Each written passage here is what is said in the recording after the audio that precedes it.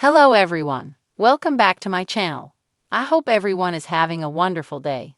Before starting the video, please subscribe and keep watching for more detailed videos.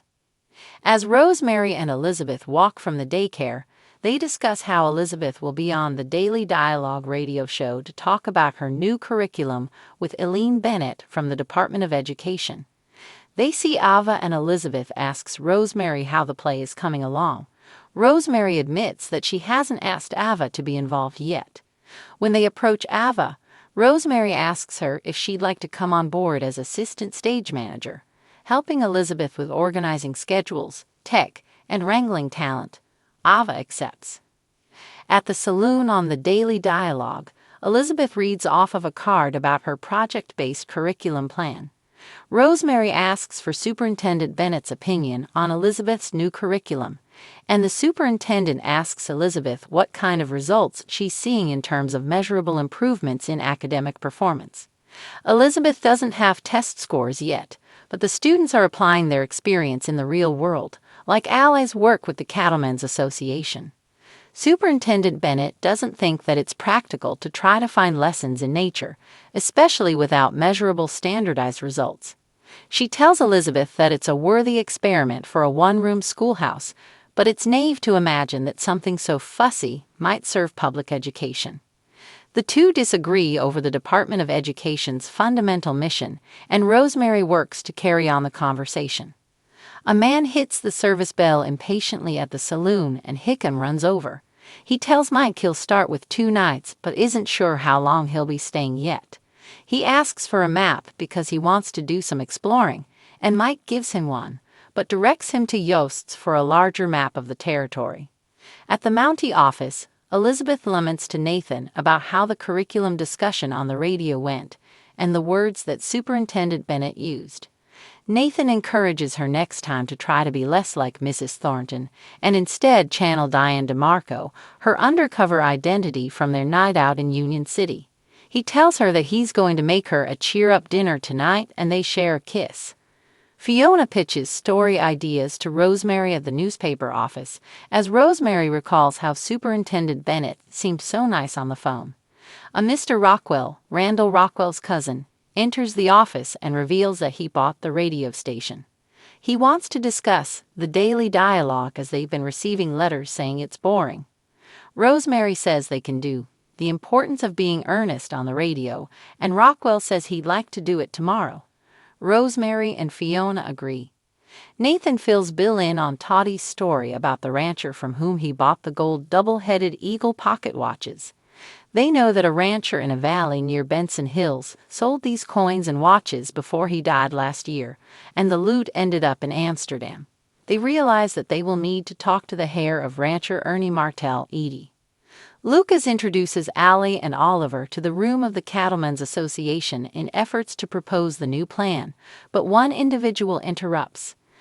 Allie argues that it's about the entire ecological system, and this man tells her that this is an issue for adults and she should leave. Allie sees his boots and realizes he was the person riding on the path that day that they were out exploring and trespassing. Lucas asks the room to take a vote, but they all abstain. Edie stands and declines the proposal on behalf of the Cattlemen's Association. Lucas catches up with Edie outside after the proposal. She maintains that she was just doing her job. Edie tells Lucas that all further communication about this matter will need to go through her office. Rosemary tells the play's cast about moving the performance to the radio instead of the stage. Hickam has a hoarse throat, and Alva suggests that Mike take a steam at the hot springs. Oliver and Allie eat grilled cheese at the saloon bar and discuss that the cattle rancher whose boots they saw was A.J. McGinty, and he's blocking access to the other pasture. The mysterious man from earlier at the saloon listens in to their conversation. Henry joins them at the bar, and they relay what happened. Henry tells them that bullies are rarely as smart as they think they are. He tells Allie and Oliver that they need to be ready when McGinty makes a mistake, and they'll know it when they see it. The stranger from earlier eyes their map at the bar. Faith enters the cafe as Fiona does dishes and asks Fiona about the radio play she's working on with Rosemary. Fiona relays that she sold the salon and needs to get back to San Francisco and plan her wedding that she's confused as she thought she didn't love this man. But Fiona says he's kind, and he's a lawyer with friends in high places who can help her make a difference in the work she does. Faith tells her that as long as she is sure that this is what she wants, and Fiona says it is. Fiona asks Faith to be her maid of honor, and she says yes. Fiona asks Faith not to be disappointed in her. Edie enters the Mountie office as Constable Grant asked to see her. Nathan introduces Judge Avery. They ask her about her uncle Ernest Martell and his association to the Garrison gang, but she doesn't think he could have been associated with them. She knows he was dead broke at the end and wanted the family to keep the farm. They tell her about the Garrison gang's gold, and she tells them that if she finds anything they'll be the first to know. Outside, Edie asks herself what her Uncle Ernie has gotten them into now.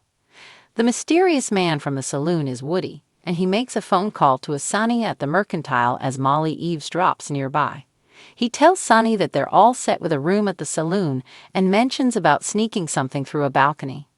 Over dinner, Little Jack asks why everyone at the table is quiet and sad. Elizabeth and Allie share details about their respective tough days. Nathan tells them that they both got to stand up and make their case to someone in power, and sometimes it takes more than one try. Allie tells Elizabeth that she doesn't know what that woman said to her on the radio, but she's never loved school more. She feels like the whole world has opened up to her, even if not everyone is ready to see things from her perspective. Faith and Molly call Rosemary to the doctor's office. She sees that Hickam is sick with laryngitis, and Bill and Lee also went to the hot springs and got Mike's cold. Rosemary says she doesn't know what to do and needs a cup of tea. Rosemary, Fiona, and Elizabeth have tea at the cafe. May, Florence, Molly, and Ava enter, and Ava apologizes for sending the guys to the hot springs. Elizabeth reminds her that she said the show must go on, and Ava decides to play into it by putting on an English accent and doing lines from the play. Minnie and Rosemary join in, and Rosemary decides she can recast the roles regardless of if a man or woman plays them. Rosemary finally asks Ava if she would like to play the role of Gwendolyn, and Ava effusively accepts. While at their home, Minnie tells Joseph that she has stage fright. Joseph encourages her, reminding her that she's good at what she takes on and to look at him during the play if she gets nervous. They head out to go to the radio show. Florence, Minnie, Ava, me, Molly, and Rosemary perform into the microphones at the saloon as Ned and Fiona run the control booth and sound effects. Townsfolk watch on from the saloon, and Mike, Lee, and Bill listen on a radio from the back office. The crowd applauds and the performers take a bow. Nathan brings flowers over to Elizabeth, along with a handful of letters that Ned gave him that came in for Elizabeth. They're from other teachers and educators who listen to the radio show and agree with her new curriculum, with some even doing it themselves already. Nathan encourages Elizabeth to answer the letters and questions on the radio. Edie comes to Lucas's office and explains how McGinty has threatened all of the Cattle Ranchers Association if they were to vote against him. She apologizes to Lucas, and he knows that she was just protecting herself and her reputation. Elizabeth brings the letters over to Fiona's place and shows her that they were all in response to Fiona's radio show. Elizabeth tells Fiona that she has a decision to make, but Fiona reveals that she told Harold yes to the proposal and she can't take it back now.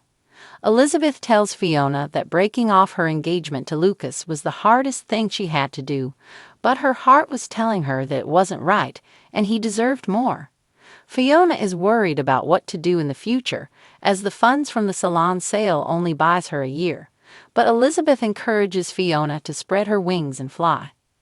Mr. Rockwell reads the radio show response letters at the newspaper office and agrees with Rosemary and Fiona that it seems like people are engaged on these topics. He tells them that they are a hit and that their arguing show, The Daily Dialogue, has real potential and he wants to go bigger. Rockwell tells them that they've acquired a new station in Port Townsend, and he wants the two of them to go do what they're doing in Hope Valley there as programming managers. Rosemary says she can't go, but Fiona says she will go. Faith, Me, Mike, and Elizabeth say goodbye to Fiona, and Faith gives Fiona a golden locket necklace. Finally, Fiona at the saloon on the Radio Hour radio show, Elizabeth and Rosemary read some of the letters written in to Elizabeth about her project-based learning and lessons. Come back to our channel for all your updates. Thank you for watching. Please subscribe to my channel.